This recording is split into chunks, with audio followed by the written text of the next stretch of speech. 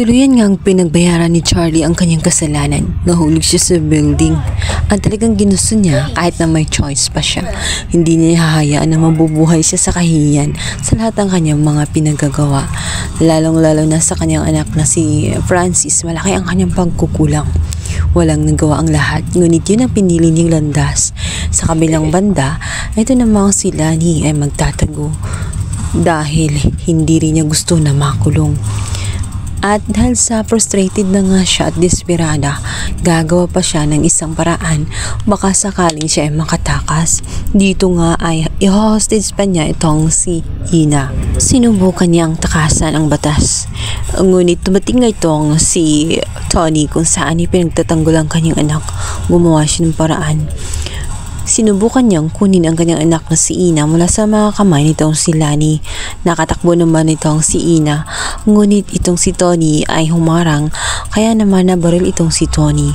Samantala, nandoon na nga ang mga pulis at nahawakan na nga ng tuluyan itong si Lani, kung kaya't panahon na para magbabayad siya sa kanyang mga kasalanan mula sa mga De La Costa at lalong-lalo na sa pamilya ni Ina kung saan pinarisohan kahit nga magpupumiglas pa itong si Lani wala na siyang magagawa sapagkat hawak na ang kanyang mga kamay ng otoridad.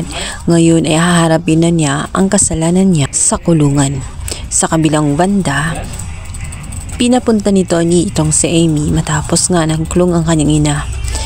Hinayaan niya ito na makapasok sa kanilang bahay. Sinabi niya na welcome siya roon. Ngunit sabi ni Amy ay hindi niya alam kung paano magpapasalamat sa pamilya ni Ina dahil sa kabila ng kanilang ginawa ay naggawa pa rin itong patawarin siya. Alam ni Amy na naaawa lamang itong si Ina dahil nakakulong ngayon ang kanyang ina kaya nila ito nagawa.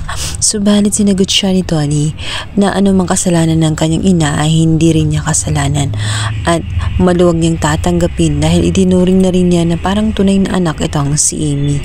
Kaya naman naging masaya ang pamilya Samantala, nila. Sa loob ng palasyo, dito nga ay masayang nagtitipon ng lahat dahil sa wakas wala na ang balakid na si Lani at itong si Charlie kung saan nagbabayad na ngayon sa kanilang mga kasalanan at atraso sa pamilya ng mga De La Costa. Nagpapasalamat ng husto itong si Joanna at itong si Juan dahil marami silang nagawang kasalanan. Paulit-ulit, ngunit paulit-ulit din silang pinapatawad ng matanda. At natutuwa siya dahil sa pagkakataong yun ay mas lalo silang minahal ng kanyang lola at ngayon napagtanto-tanto nila na hindi malaga ang kayamanan.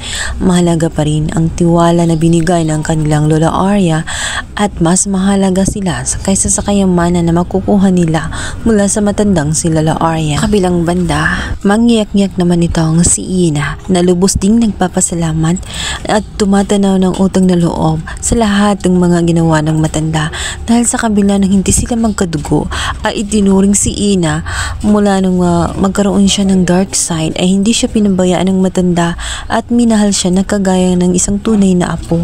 Kaya naman hindi niya makakalimutan ang ginawang kabutihan ng Lola Arya.